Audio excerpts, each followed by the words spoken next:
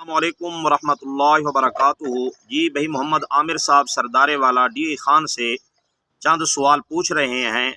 हर एक सवाल और उसका जवाब अलग अलग मैं क्लिप के अंदर ज़िक्र कर देता हूँ।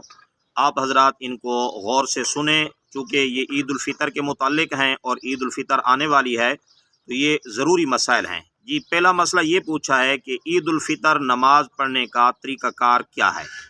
जी जवाब ये है कि ईद उल फितर नमाज पढ़ने का तरीका ये है कि 2 रकात नमाज ईद उल फितर 6 तकबीरात ज़वैद के साथ नियत करके इमाम के पीछे तकबीर तहरीमा कहकर हाथ बांध कर खड़ा हो जाए, सना पढ़ें। सना पढ़ने के बाद इमाम जो है वो 3 तकबीरात ज़वैद कहेगा इस तरीके से कि पहली बार जो ही कहेगा अल्लाहु अकबर तो कानों तक हाथों को उठाएगा, फिर हाथों को छोड़ देगा। फिर दूसरी बार अल्लाहु अकबर हाथों को उठाएगा, फिर हाथों को छोड़ देगा। और तीसरी बार अल्लाहु अकबर हाथों को उठाएगा, अब हाथों को छोड़ना नहीं है, हाथ बांध देने हैं। अब इमाम ने औज़ु बिल्लाह बिस्मिल्लाह सूरह फातिहा और अगली सूरत पढ़नी है, रकू और सजदा करके फिर दूसरी रकात के लिए खड़ा हो जाना है।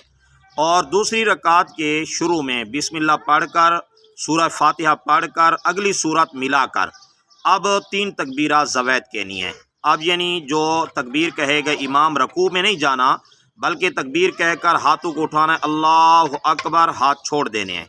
दूसरी बार अल्लाहु अकबर फिर हाथ छोड़ देने हैं। तीसरी बार अल्लाहु अकबर हाथ उठाकर फिर हाथ छोड़ देने हैं। चौथी बार अल्लाहु अकबर जब कहेगा तो रकू में चला जाएगा। अब रफ़ा यदैन करने की ज़रूरत नहीं है, हाथ उठाने की ज़रूरत नहीं है। तो इस सूरत के अंदर उसकी 2 रकात ईद उल फितर की नमाज मुकम्मल हो जाएगी। और इस तरीके से ईद उल अज़हा है और यही तरीका है ईद उल फितर नमाज का। जी आखिर में इमाम सलाम फेर देगा, फिर उसके बाद खुतबा होगा और ईद उल फितर की नमाज मुकम्मल हो गई। जी अस्सलामु अलैकुम वरहमतुल्लाहि वबरकातुहू।